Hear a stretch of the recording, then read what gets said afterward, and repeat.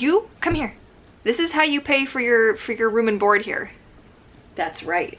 Hello my fishes, Courtney Mermaid here and welcome back to my channel. Today we're going to be looking at how I am storing my silicone mermaid tail by Creature Fins. So this was quite the endeavor, I am not gonna lie. I anticipated difficulty. I did not anticipate quite this much difficulty. It was entertaining to say the least, and I think that any of you who have a really floppy fluke will probably relate to this, and the fact that this is not like the Luna, where the Luna you can just prop that up against the wall and she'll just stay there. But this giant silicone fluke, despite the fact that I have the shooter in there, the whole thing will fold in on itself.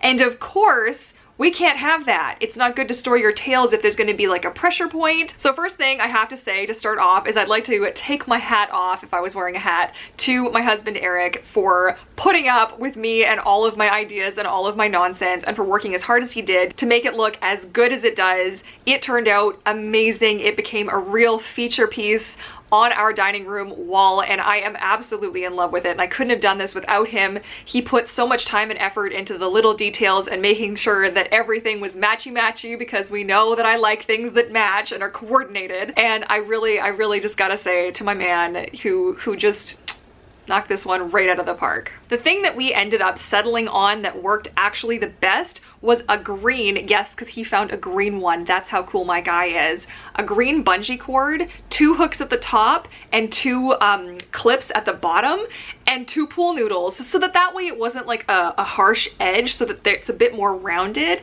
Because I'm not going to be in this tail every 5 minutes, let's face it, we're heading into off season now, right? The tail needs a safe way to hang so that it's not going to be on a very sharp angle, or it's not going to be where the monofin is pushing through anywhere. I just didn't want to have any pressure points or any stress points. So we also included, excuse you.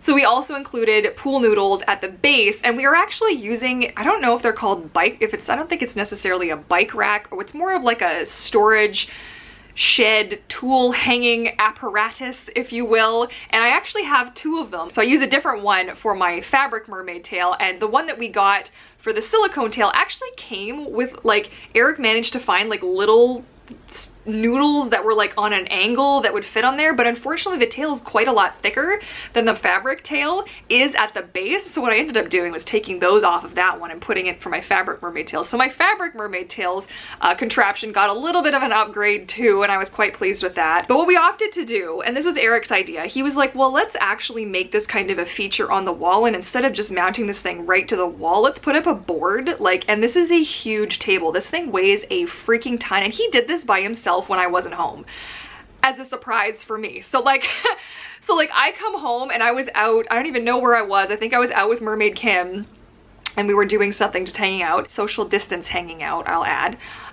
And I came back and I'm like, how did, like, this is a big board, my dude. And somehow he managed to lift this thing up onto the wall and drill. I'm sure he must have like rested it on a chair or something, but I was like, oh my gosh. Guys, if you're gonna do this as a group. Probably don't do this alone. I was quite stressed, thinking like, oh, this could have fallen and crushed him or something, and I was quite stressed about it, so I was so super grateful to come home and see it on the wall, but I was like, but it really gave the whole thing more of a, like, an intentional kind of a vibe, which I really appreciated. Let's face it, like, this is a pretty big tail. This is a 25-pound mermaid tail.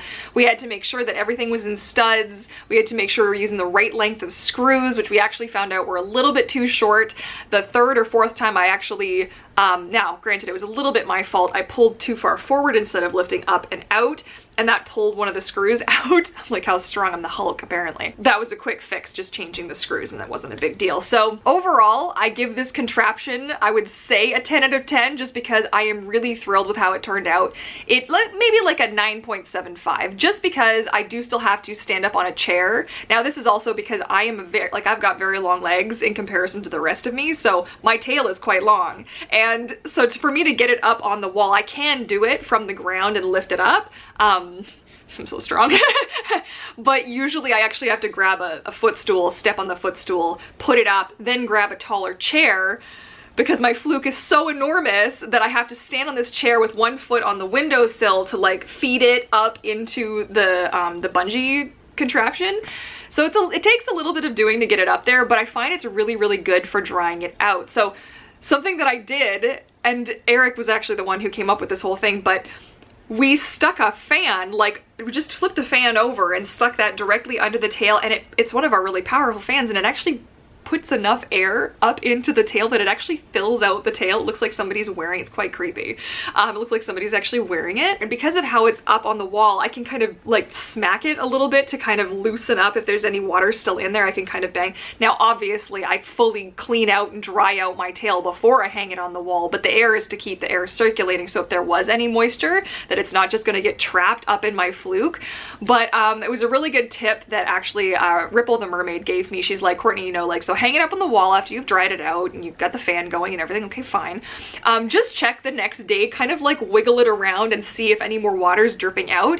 The first time that I dried it out and I had it hanging up there, there was a little bit of excess water that was still coming out, and I was like, ooh, okay. And since then I've kind of gotten a little bit more creative with how I stuff my hand into the fluke to kind of like dry it out and clean it out. So that's a whole other video. There, either by the time you see this there is a video, or probably after you see this there will be a video on how I clean out and how I dried my first experience doing that with a silicone tail, and kind of my thoughts on it, because I've definitely changed my tune a little bit when it comes to how easy it is to deal with fabric tails versus how easy it is to deal with silicone tails. Anyways, that's another video. So you're gonna have to stay tuned, basically is what I'm saying to you. So if you like today's video and you wanna know more about my silicone tail, you wanna hear all the juicy details, I'm gonna leave a playlist down there in the description box down below for you that's called my Creature Fins Mermaid Tail, or my Creature Fins playlist, something like this. And it's got all the other videos featuring this tail, and I'm going to be doing a lot more and adding to that collection a lot of other tutorials and things as I'm figuring it out, because this is all brand new to me too. It's very exciting. And if you liked the video and you want to see more, be sure to hit that subscribe button and the bell notification so you don't miss out, because I do have lots of other content planned with this tail. A lot of it's actually already filmed and in production, so I'm super pumped about that. And if you enjoyed today's video, let me know by giving this video a big thumbs up. And I want to thank you guys so much for watching. I hope you enjoyed it, and I look forward to catching you all again in my next video. Happy swimming! Bye!